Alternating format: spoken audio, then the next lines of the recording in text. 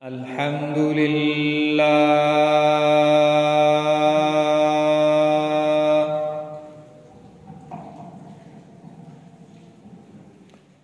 الحمد لله الذي نور قلوبنا بنور الإيمان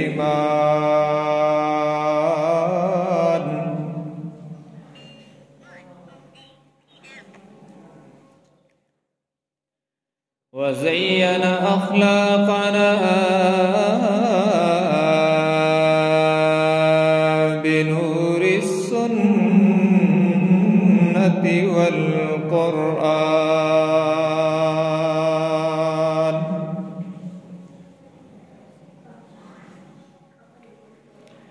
والصلاة والسلام على سيد الأنبياء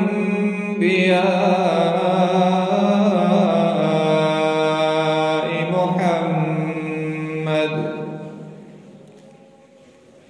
الذي أنزل عليه الفرقان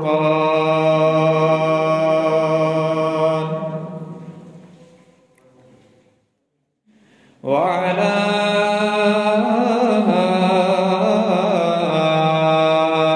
آله وأصحابه الذين آمنوا بالبيان.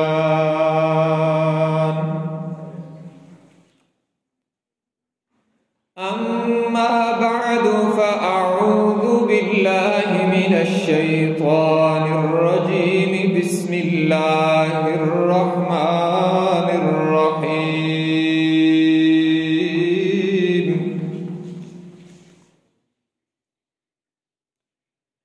شهر رمضان الذي أنزل فيه القرآن هدى للناس وبينات من الهدى والفرقان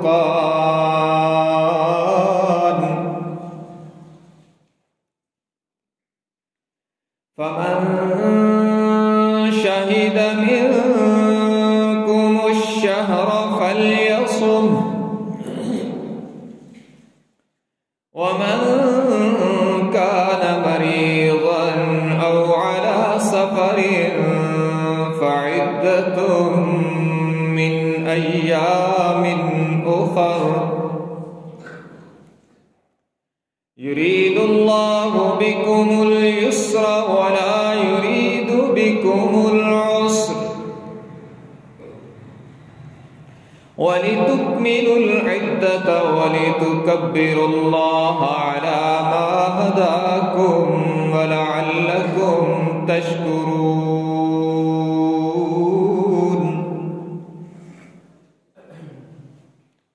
وإذا سألك عبادي عني فإني قريب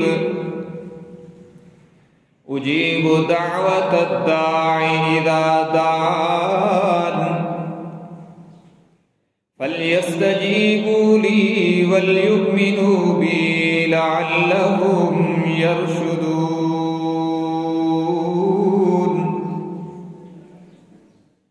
وقال النبي صلى الله تبارك وتعالى عليه وسلم الدعاء مخ العبادة أو كما قال النبي صلى الله تبارك وتعالى عليه وسلم صدق الله وصدق رسوله النبي الأمي الهاشمي الأمين الكريم ونحن على ذلك لمن الشاهدين والشاكرين والحمد لله رب العالمين. إن الله وملائكته يصلون على النبي يا أيها الذين آمنوا صلوا عليه وسلموا تسليما اللهم صل على محمد وعلى آل محمد كما صليت على إبراهيم وعلى آل إبراهيم إنك حميد مجيد اللهم بارك على محمد وعلى آل محمد كما باركت على إبراهيم وعلى آل إبراهيم إنك حميد مجيد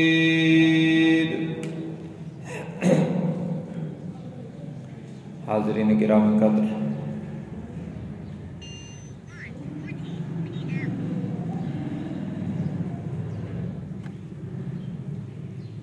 رحمتوں اور برکتوں کا موسم بہار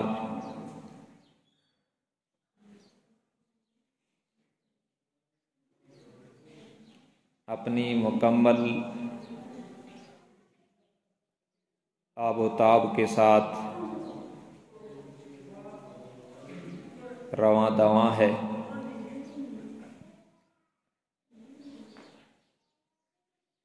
ماہ مقدس کا پہلا نصف گزر چکا ہے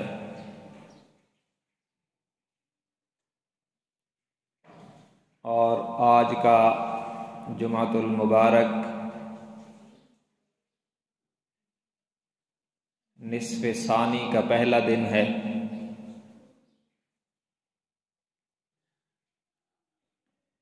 یوں تو ماہ مقدس ماہ رمضان کا ہر لمحہ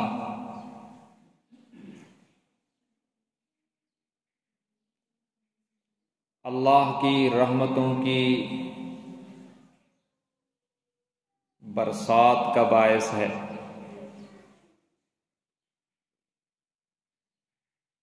اس ماہ مقدس کے آغاز سے اختتام تک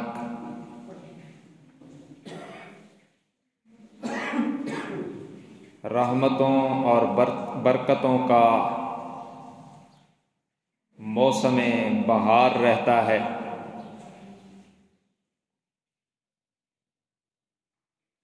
تاہم اس ماہ مقدس میں بھی کچھ خاص اوقات کو، کچھ خاص وقتوں کو اللہ نے یہ اعزاز بھی دیا کہ جب رحمتوں اور برکتوں کے موسم بہار میں اور ہی نکھار آ جاتا ہے۔ جب اللہ کی طرف سے بندوں کے لیے جو خصوصی پیکیجز دیے جاتے ہیں ان میں مزید اضافہ کر دیا جاتا ہے۔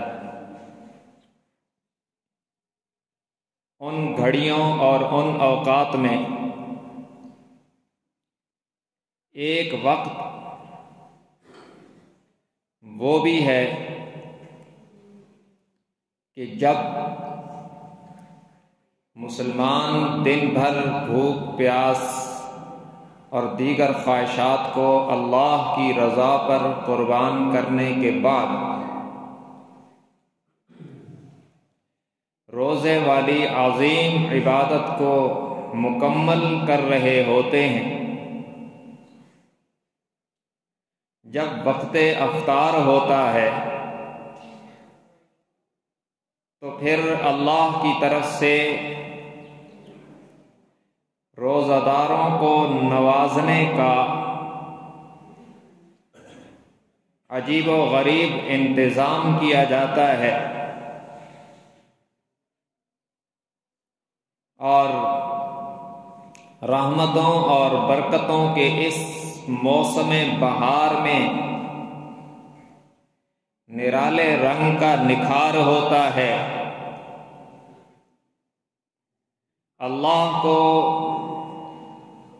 روزہ داروں سے بے مثل و بے مثال پیار ہوتا ہے، اور اس کا اظہار ہوتا ہے اس انداز میں کہ بارگاہ رسالت سے اعلان ہوتا ہے، ہر روز افطاری کے ٹائم میں روزہ دار کے لیے عید بن جاتی ہے۔ جناب نبی مکرم صلی اللہ علیہ وسلم نے اسے خوشی سے، مسرت سے تعبیر کیا، اور عجیب الفاظ ہیں۔ قال النبی صلی اللہ علیہ وسلم للصائم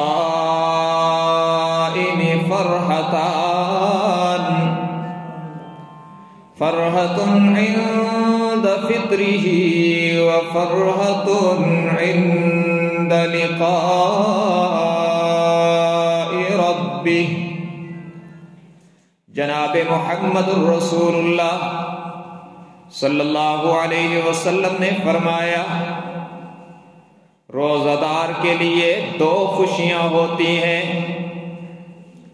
ایک خوشی کا سامان اس وقت ہوتا ہے جب وہ اپنے روزے والی عبادت کو مکمل کر رہا ہوتا ہے، اور ایک خوشی کا سامان اس وقت ہوگا جب روزہ دار اللہ سے واصل ہوگا اور اسے رب کا دیدار ہو جائے گا۔ سب کہتے ہیں سبحان اللہ۔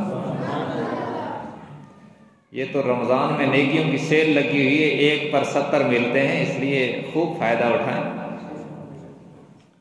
تو روزہ دار کے لیے دو خوشیاں۔ پہلی خوشی، افطاری کے ٹائم میں ہر روز اسے عید کا سا سامان ملتا ہے۔ اس کا مسلمان کا، روزہ دار کا رواں رواں جھوم اٹھتا ہے جب روزے والی عظیم عبادت مکمل ہو جاتی ہے۔ اب دنیا والوں کا ایک دستور ہے کہ خوشی کے موقع پر بڑے چھوٹوں کو نوازتے ہیں۔ آپ نے دیکھا نہیں، عید والے دن بچوں کو عیدی دی جاتی ہے، اور مالکان ماتحتوں کو انعام دیتے ہیں، اور یوں بھی ہوتا ہے کہ مجرموں کو معاف کر دیا جاتا ہے، یوں بھی ہوتا ہے کہ سزا میں تخفیف کر دی جاتی ہے۔ یہ تو دنیا والوں کا حساب ہے، میرا اللہ تو رحمان ہے۔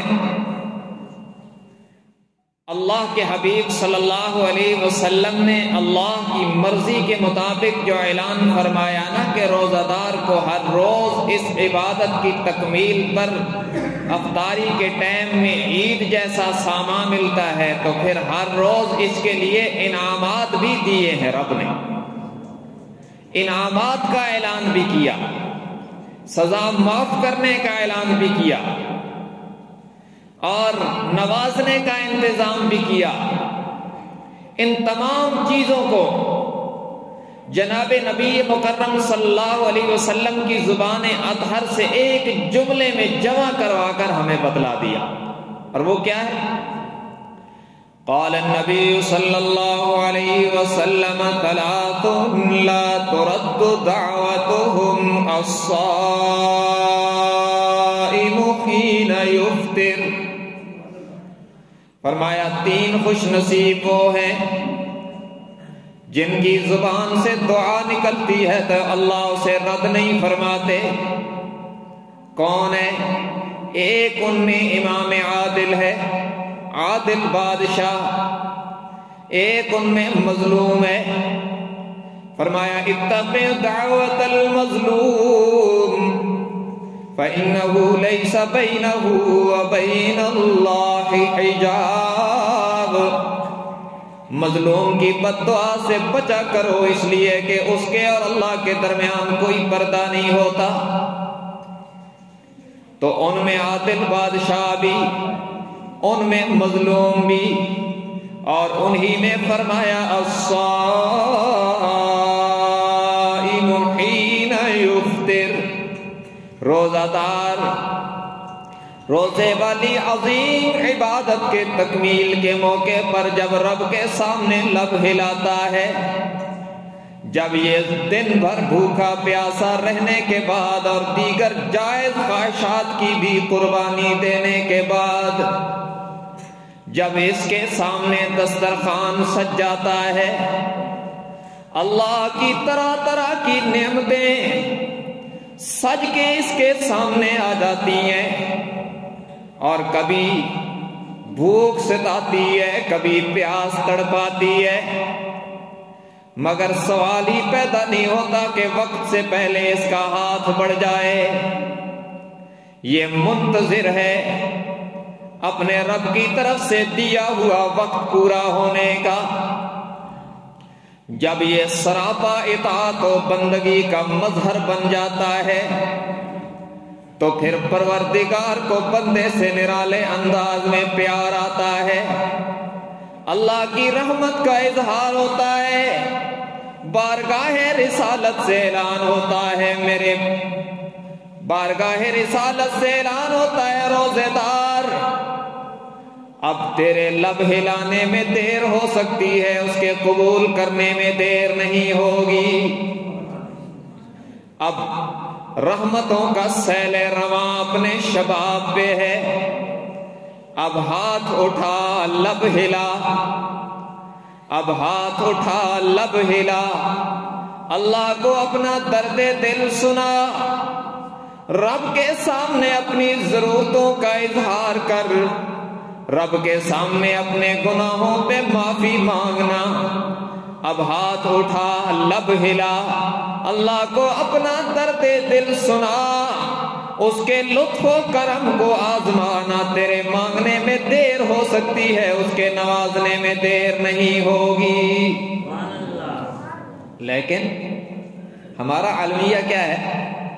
ہم افطاری کے ٹائم میں سارے کام کرتے ہیں، دعا نہیں کرتے۔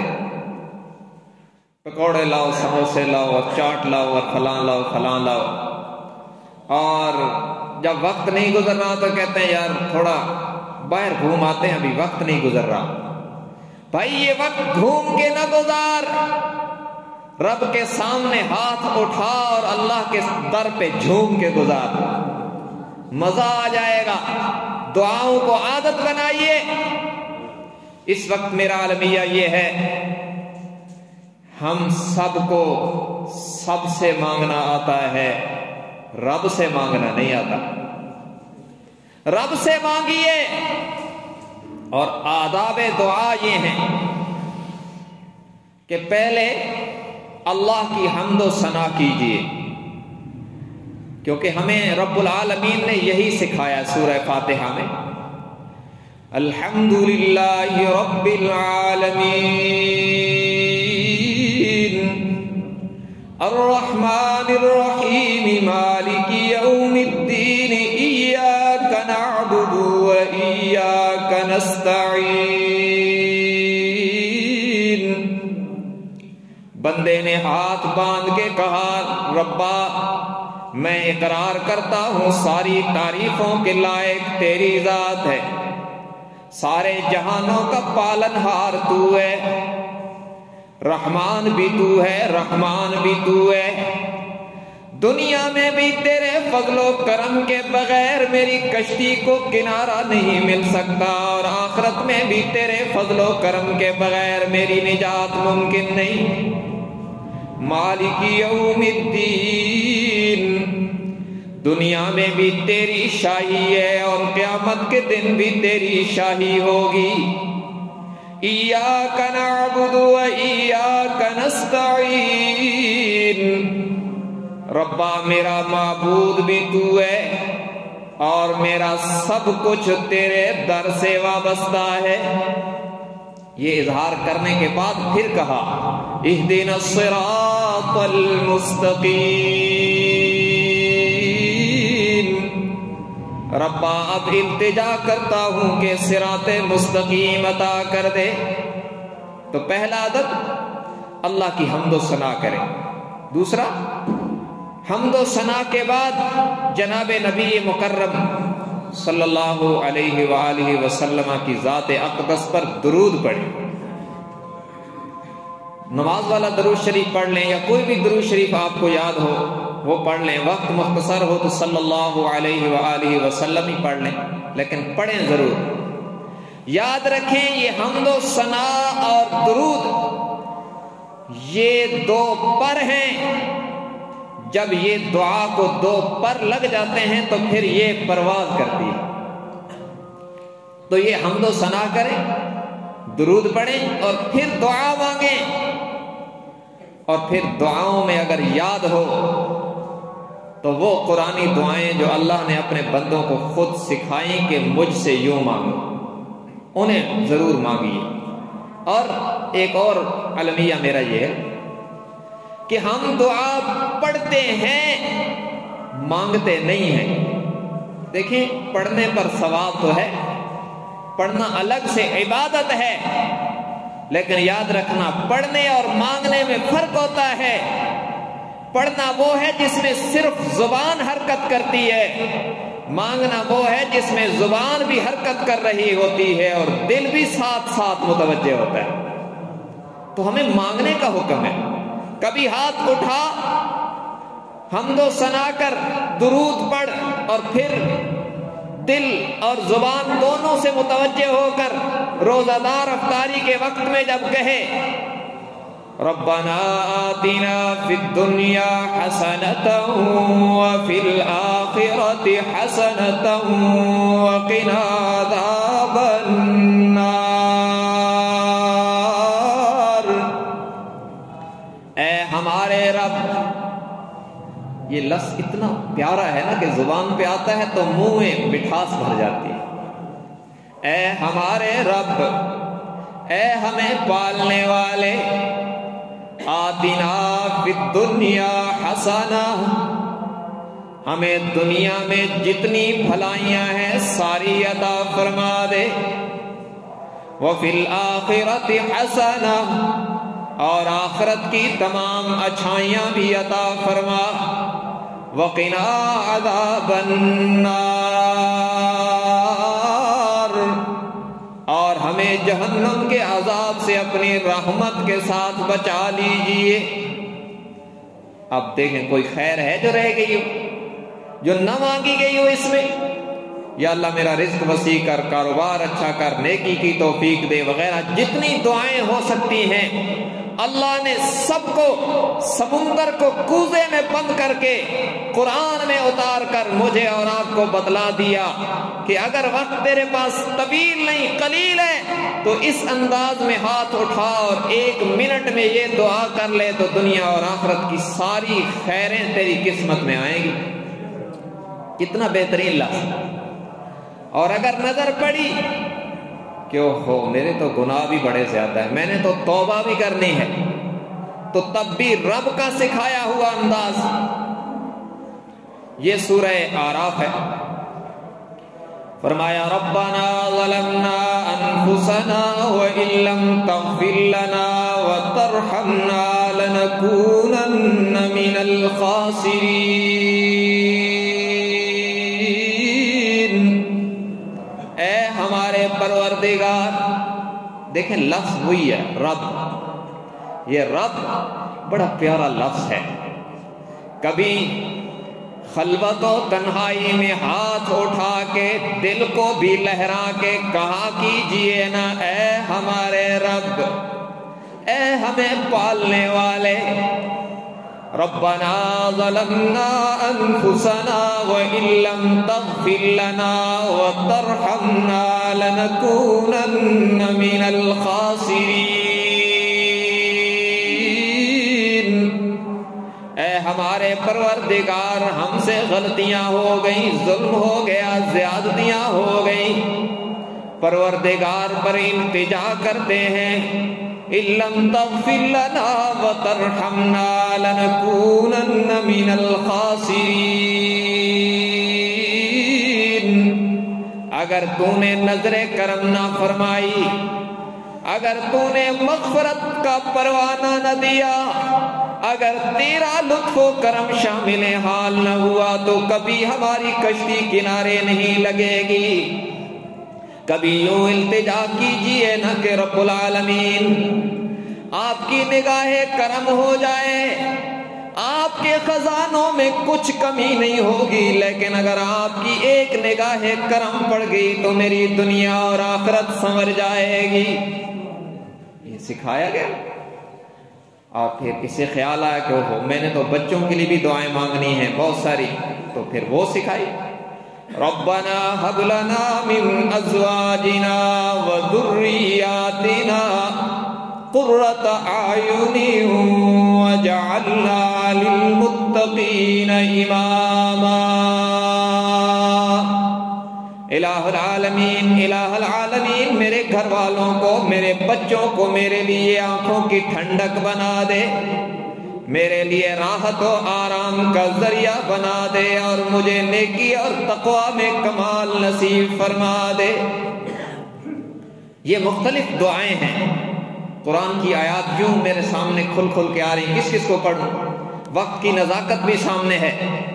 اور پھر اس میں جتنی دعائیں مانگنی ہیں پہلے اپنے لیے مانگے، اس میں عاجزی کا پہلو ہے کہ یا اللہ تیرے سارے بندوں میں سب سے زیادہ تیرا محتاج ہوں، اور پھر دوسروں کے لیے بھی مانگے، والدین کے لیے بھی مانگے۔ اللہ کا آرڈر ہے، رب ارحمہما کما ربیانی صغیرا۔ رب العالمین نے فرمایا میرے بندو اپنے والدین کے لیے مجھ سے یوں التجا کیا کرو کہ پروردگار میرے ماں باپ پر رحم فرما، جیسا کہ انہوں نے بچپن میں مجھے شفقتوں اور محبتوں سے پالا ہے، تو بھی ان پر شفقت فرما۔ یہ سکھایا گیا۔ دوسروں کے لیے دعا کریں، والدین کے لیے، عزیز و اقارب۔ حدیث میں آتا ہے کہ جب بندہ کسی دوسرے بندے کے لیے دعا کرتا ہے، کہتا ہے یا اللہ فلاں کا رزق وسیع کر دے مثال کے طور پر، تو ایک فرشتہ اس کے پاس کھڑے ہو کے کہتا ہے یا اللہ اس کا رزق بھی وسیع کر دے۔ تو میری دعا، میں تو گناہگار ہوں، لیکن وہ جو معصوم کی دعا میرے حق میں ہوگی نا، وہ تو ضرور قبول ہوگی۔ پھر غائبین کے لیے دعا کیجیے۔ قال النبی صلی اللہ علیہ وسلم ان اسرع الدعاء اجابتا دعوت غائب لغائب۔ جناب رسول اللہ صلی اللہ علیہ وسلم نے فرمایا سب سے جلدی جو دعا قبول ہوتی ہے وہ غائب کی دعا غائب کے لیے ہوتی ہے۔ تو دور رہنے والوں کے لیے بھی ضرور دعائیں کیجیے گا، اور انداز عاجزانہ ہو۔ وہ ہستی جناب محمد الرسول اللہ صلی اللہ علیہ وسلم کی ہستی جن پر مخلوق کی ساری بلندیاں ختم ہو جاتی ہیں، وہ کس انداز میں دعا ہو رہی ہے؟ فرماتے ہیں اللہم انی اسألک مسألۃ المسکین۔ اے اللہ میں آپ سے یوں سوال کرتا ہوں، میں آپ سے یوں مانگتا ہوں جیسے کوئی مسکین مانگتا ہے۔ یہ کس ہستی کا دامن پھیلا ہوا ہے؟ یہ کون سے ہاتھ اٹھے ہوئے ہیں؟ یہ وہ معصوم دامن پھیلا ہوا ہے، وہ مقدس ہاتھ اٹھے ہوئے ہیں جو کبھی اٹھ جائیں تو اللہ بغیر بادلوں کے بارشیں برسا دیتا ہے۔ یہ وہ مقدس دامن پھیلا ہوا ہے جو کبھی پھیلا تو اللہ نے قتل کے ارادے سے آنے والے عمر کو محافظ بنا دیا۔ یہ وہ مقدس ہاتھ اٹھے ہوئے ہیں جو کبھی اٹھے تو اللہ نے ابو ہریرہ کی گمراہ ماں کو ہدایت عطا فرما دی۔ یہ معصوم دامن پھیلا کے عرض کرتے ہیں اللہم انی اسألک مسألۃ المسکین، اللہ میں تجھ سے یوں مانگتا ہوں جیسے کوئی بڑے کے در پہ مسکین سوالی آ کے مانگتا ہے۔ یہ مجھے اور آپ کو سکھایا، کیوں؟ لَقَدْ كَانَ لَكُمْ فِي رَسُولِ اللَّهِ أُسْوَةٌ حَسَنَةٌ، تمہارے لیے رسول اللہ صلی اللہ علیہ وسلم کی مبارک زندگی میں بہترین نمونہ ہے، اسوہ ہے، اور اس میں دعا میں عاجزی سکھائی۔ تو افطاری کے ٹائم میں دعا کا اہتمام کریں ضرور، اور پھر آخر میں پھر درود شریف پڑھ کے دعا کی تکمیل کر دیں۔ کیوں؟ جب اول اور آخر درود ہوگا نا تو درود ایسی عبادت ہے جو ضرور قبول ہوتی ہے۔ تو جب میرے ٹوٹے پوٹے لفظوں کا اول اور آخر قبول ہو جائے گا نا تو اللہ کی رحمت سے یہ بعید ہے کہ کسی بندے کی مناجات کا اول اور آخر قبول کر کے درمیان والی چیز کو رد کر دے۔ جب اول اور آخر میں درود قبول ہوگا تو درود کی برکت سے تیرے اور میرے ٹوٹے پوٹے لفظ بھی قبول کر لیے جائیں گے۔ اس لیے میں گزارش کروں گا، میں اس ممبر سے بات کر رہا ہوں جس مرد کلندر حضرت مولانا حکیم سید علی شاہ صاحب رحمۃ اللہ علیہ نے ساری زندگی لوگوں کو درس دیا کہ لوگوں سب سے نہیں رب سے مانگو، ساری زندگی لوگوں کو توحید سکھائی، سنت بتائی۔ میں ان کے سٹیج سے آپ کو دعوت فکر دیتا ہوں کہ اللہ سے مانگنا سیکھیں، اللہ سے مانگنا سیکھیں، در در پہ جھکنا بند کر دیں، رب کے سامنے جھکنا سیکھیں۔ اللہ سے سب کچھ ہوتا ہے، اللہ کے غیر سے، اللہ کے بغیر کچھ نہیں ہوتا۔ یہ بات جب زبان سے ہٹ کر دل میں اتر جائے گی تو یقیناً میری زندگی کا انداز بدل جائے گا۔ تو بہرحال میرا وقت ختم ہو گیا ہے، آخر میں یہ گزارش کروں گا کہ الحمدللہ بڑی خوشی ہوتی ہے یہاں آ کر جامعہ شبیریہ اور مقبول مسجد، یہاں ایک فعال ادارہ ہے جس کی دینی خدمات مسلم ہیں۔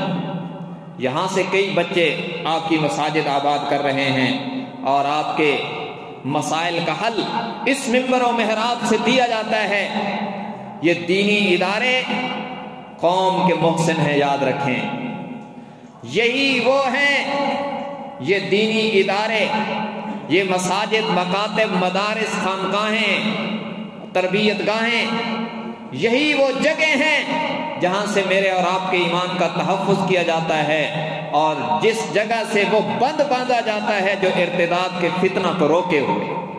اس لیے ان اداروں سے تعاون کیجئے، جامعہ شبیریہ کے ساتھ خوب تعاون کریں، رمضان میں صدقات، فطرات، عشر میں جتنا ہو سکے دینی مدرسے اور دینی ادارے کا تعاون کریں گے تو یقیناً یہ ایسا کار خیر ہے جو قیامت تک آپ کے لیے نیکیوں کا سمندر جاری کر دے گا۔